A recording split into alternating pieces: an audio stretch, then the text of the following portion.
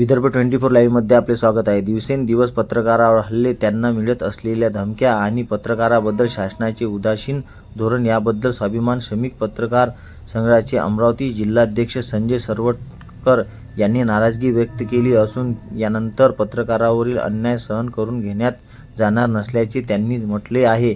आज स्वाभिमान श्रमिक पत्रकार संघाचे नांदगाव खंडेश्वर तालुका अध्यक्ष कासम शाह, इमाम शाह यांच्यावर दिनांक 24/8/2026 जुन्नर तालुका नांदगाव खंडेश्वर येथे मनोहर नारायण नरखेडकर यांनी हल्ला केला असता त्यांचा निषेध पत्रकार संघाच्या वतीने करण्यात आला.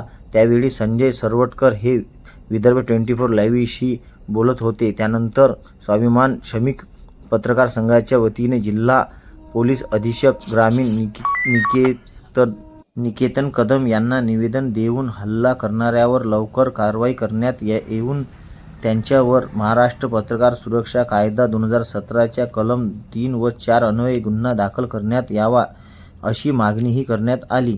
यावेळी निवेदन उपाध्यक्ष प्रेमदास मानकर, जिल्हा कार्याध्यक्ष वी.दा.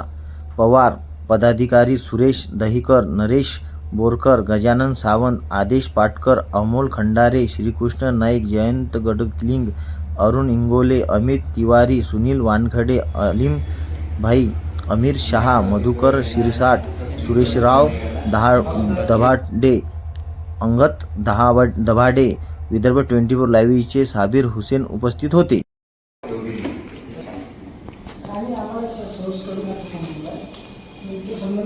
बस तुम्हाला माहिती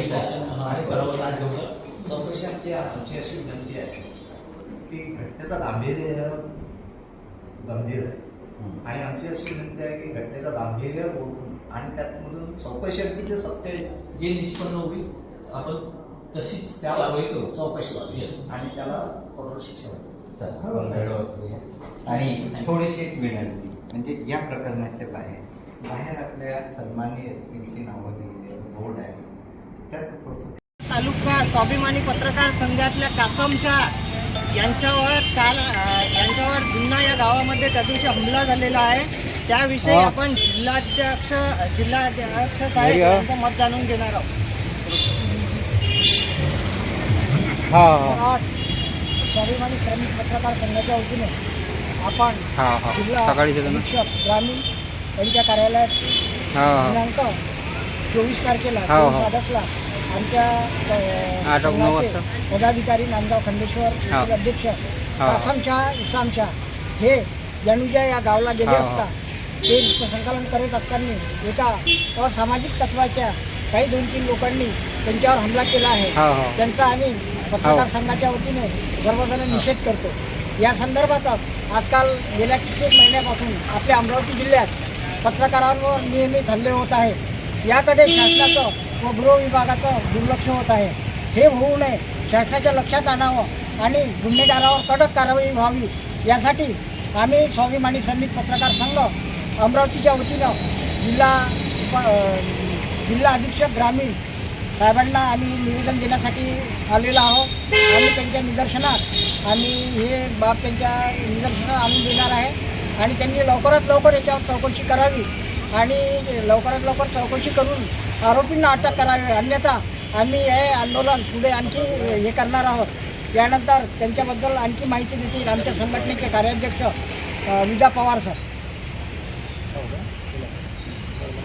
या ठिकाणी आज कासम शाह, इमाम शाह, काजना निवासी, जिल्हा अमरावती, जे स्वाभिमानी श्रमिक पत्रकार संघाचे नांदगाव खंडेश्वर तालुका अध्यक्ष यांच्यावर दिनांक 24 ऑगस्ट रोजी जणूना या गावामध्ये वृत्तसंकलनाकरिता गेले असता त्या ठिकाणच्या असामाजिक तत्वांनी ज्यांना राजकीय वलय प्राप्त आहे अशा व्यक्तीने ह्या पत्रकार बांधवावर लोखंडी रॉडच्या माध्यमातून जीवघेणे हल्लाच केला नाही तर मी तुला बघून घेतो, गृह विभागसुद्धा माझं काही वाकडं करून घेणार नाही अशा प्रकारे धमकावलं आणि लाथाबुक्यांनी सुद्धा मारहाण केली.